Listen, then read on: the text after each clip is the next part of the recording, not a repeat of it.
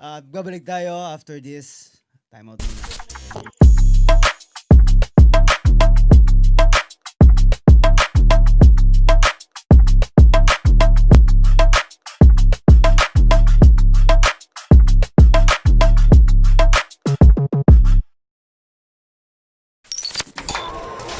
Siyempre.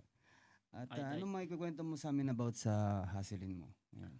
Actually, gaya ng sabi ko nga kanina, nag-umpisa ako sa bigas hanggang sa nakapunta ako ngayon sa mga vintage. Ngayon, nagko-collect din ako ng mga vintage ngayon. At saka, syempre, inumpisahan ko sa mga hindi ko na ginagamit dati kaysa itapon ko.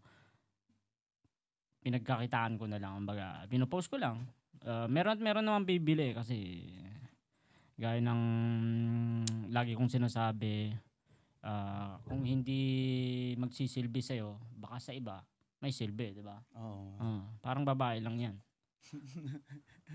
Mismo, di ba? Kumbaga, walang kwenta sa yung babae, may kwenta sa iba. Oo. Ganun talaga yun. At anong inainan mo ngayon?